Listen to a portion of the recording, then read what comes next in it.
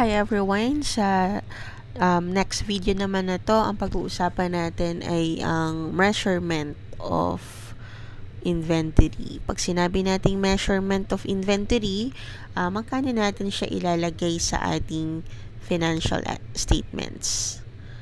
Okay? Paano or magkano natin siya ipipresent sa ating financial statements.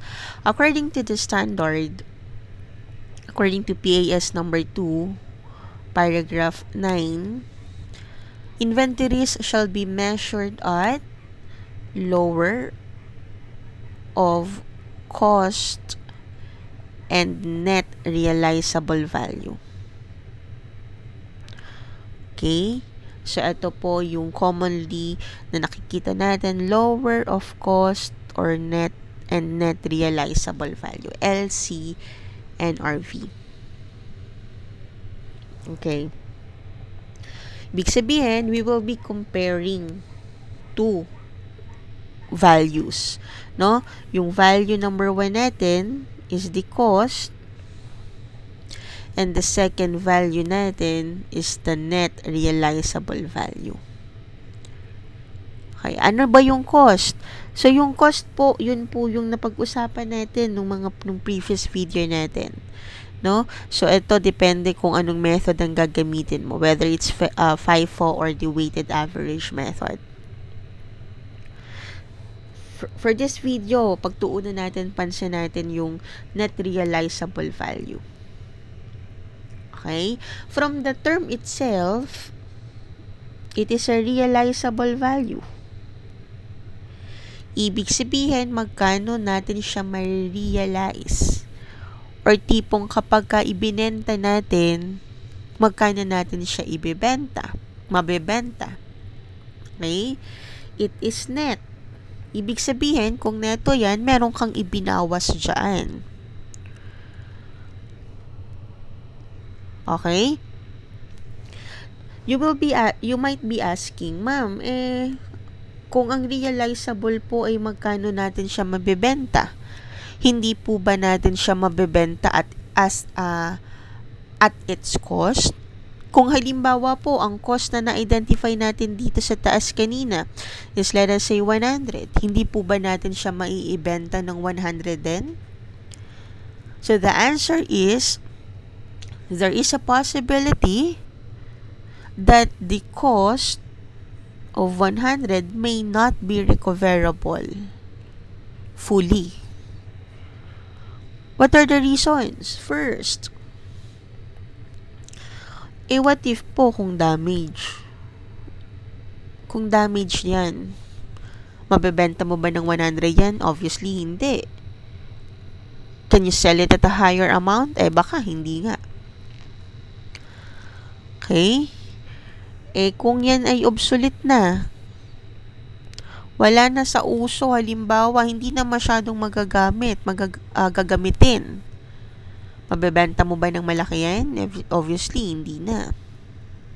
Kung mismong selling price niya nag-decline. Okay?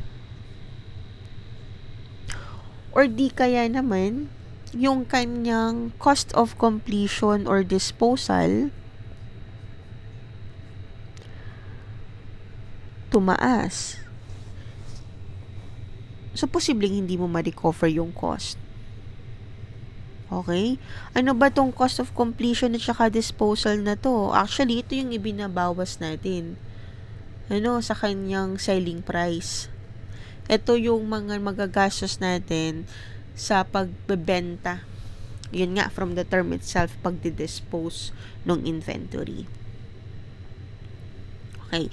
So, kung halimbawa, may mga ganitong reason kung bakit hindi natin marirecover in full yung ating cost, so posible na ang kanyang net realizable value ay let us say 90 lang. So, the cost is 100, the net realizable value is 90. The question is, magkano mo siya i-measure or magkano mo siya i-present sa financial statements? Ang sabi ng standard natin, the lower of cost or net realizable value. Which means,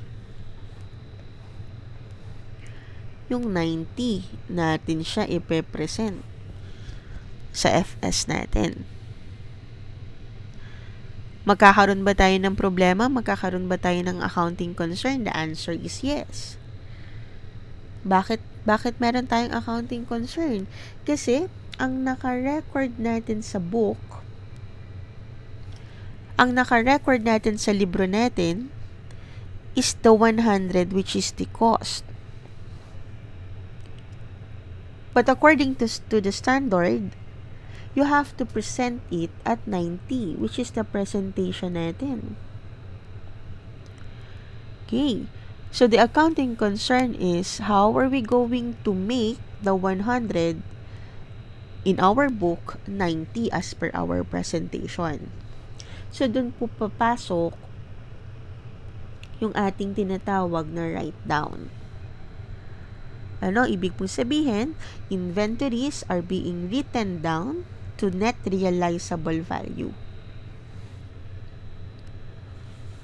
Magkano yung difference na yan? So, meron yung difference na 10. Ibig sabihin, bababa siya ng 10.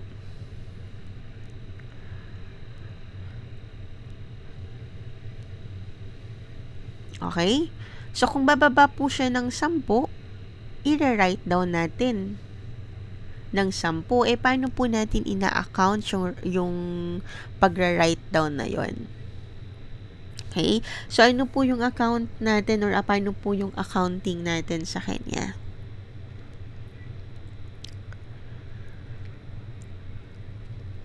Okay po? Pag nag-write down po tayo, gumagamit po tayo ng allowance method. Sa allowance method po natin, simple lang po yung gagawin natin doon.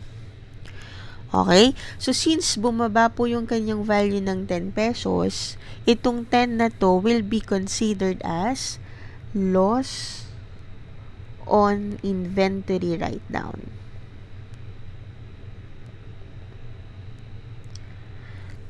Bakit po magiging loss on inventory write-down? Kasi, nagastos mo actually yung 100, pero 90 lang yung makukonsider mong recoverable out of that 100 cost. Okay? So, kung sakaling mabenta yan, halimbawa, pag nabenta po natin yan at talagang 90 po ang pagkakabenta natin, diyan, yung 90 magiging expense. Bakit? May benefit kang nakuha Pero yung 10 na yun, wala kang benefit na nakuha, kaya magiging loss yan. So, magkano yung loss on inventory write-down natin? 10 piso. Okay. Ano pong partner niyan? Di lagyan mo yan ng i-credit mo ngayon yung allowance for inventory write-down.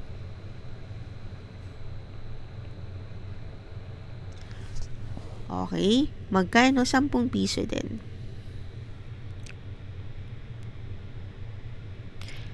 Ma'am, bakit po allowance yung ginagamit natin? Kasi honestly, hindi naman natin sure kung talagang hindi natin siya marirecover in full.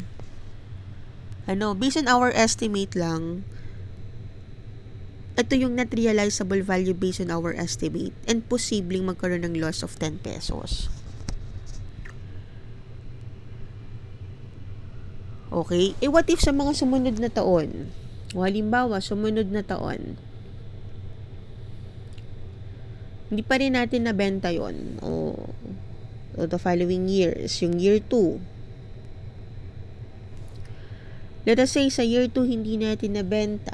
Tapos, ang kanyang net realizable value ay naging 80. Obviously, ang cost pa rin yan, 100. Okay? Pero, ang net realizable value niya na ay 80. Magkano na ang kanyang difference? May 20 na difference. Alin ang gagamitin mo sa presentation? Yung 80 pa rin. Okay? So, sa year 2, magra-write down ka ulit. Maglo-loss on inventory write down ka ulit. Magkano? Another 10 pesos. Okay? Tapos, another allowance for inventory write-down. 10 pesos ulit.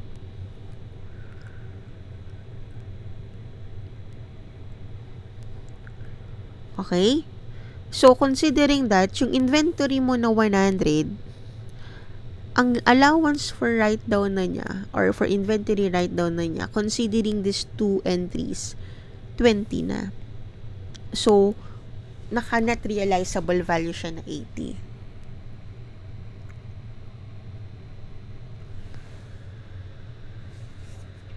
Okay? Eh, ma'am, what if po, nagkaroon ng himala, pagdating ng year 3, ang kanya pong net realizable value ay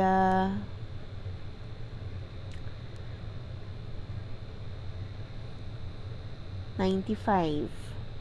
At ang kanyang cost po, of course, ang cost naman yan, di naman mababago. 100 naman yung cost niyan.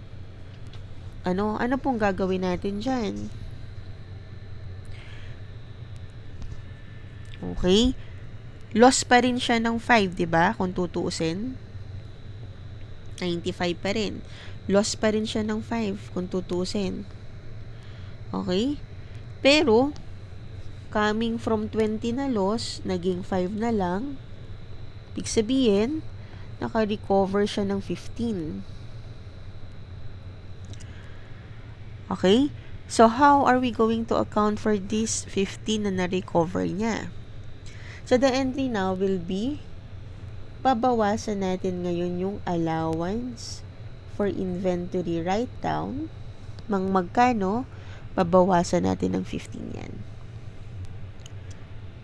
Diba? Ang total niya kanina 20. Bawasan natin ng 15. Saan po natin ilalagay yan? The gain on reversal of inventory write-down. 15. Okay, pagdating po ng year 4, for example, ang net realizable value niya po, alimbawa, 120. Okay, ang cost niya magkano? Of course, 100 pa rin. Okay, so, yung 20 po actually, mataas na yan. Tumaas na ng 20 yan. Okay, pero ang measurement natin, lower of cost or net realizable value. 100 po yung gagawin natin, or 100 po yung ating presentation dyan. Okay, paano natin gagawing 100 po yan? Magkano na lang yung natitira nating allowance for inventory write-down? Kanina 20. Tingnan natin yung story niya. 10 credit. Year 2, another 10 credit. So, 20 na yan. Year 3, nag-debit ka ng 15. So, 5 na yan. 5 pesos lang po ang allowance for inventory write-down na ibabalik natin. So, that's 0 na siya. Kung iti-T account mo siya, nag-10 ka dito, nag-10 ka dito, nag-15 ka dito. Okay? So, pag magfa-5 ka dito, 20, wala na po yung balance. Okay? Anong credit mo? Same. Gain on reversal. 5 pesos. Ma'am, bakit hindi 15? Or bakit hindi po 20 yung gawin natin for the allowance? Okay? Kasi kapag ka 20 or 15 or mas mataas pa sa 5, ang i-account natin, lalampas na po siya sa cost. Okay? So, ibig pong sabihin, ang gain on reversal lang natin na i-account is limited only to the extent of allowance balance.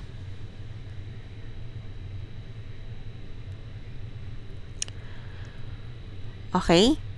And this write-down na to, according to the standard, it needs, or the standard requires, disclosure of the amount of inventory write-down and the amount of any reversal of inventory write-down. Okay? So, pinaka-summary natin. Bigyan natin ng summary yung video na to. Ang measurement natin, lower of cost or net realizable value. Okay? If the net realizable value is less than the cost, magkakaroon tayo ng write-down. Yung write-down na yan, ina-account natin yan as a loss on inventory write-down and allowance on inventory write-down.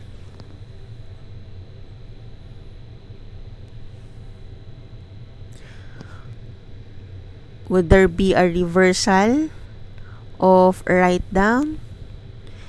If the answer is yes, then what will be your entry? Your entry is to debit allowance on inventory write-down and credit gain on reversal. The gain on reversal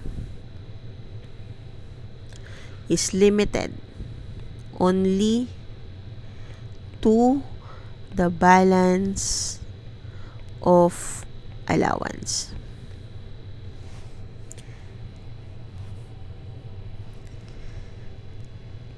And disclosure of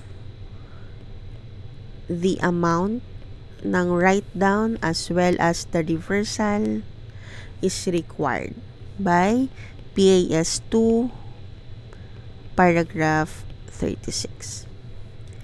And that's the discussion on the measurement of our inventory.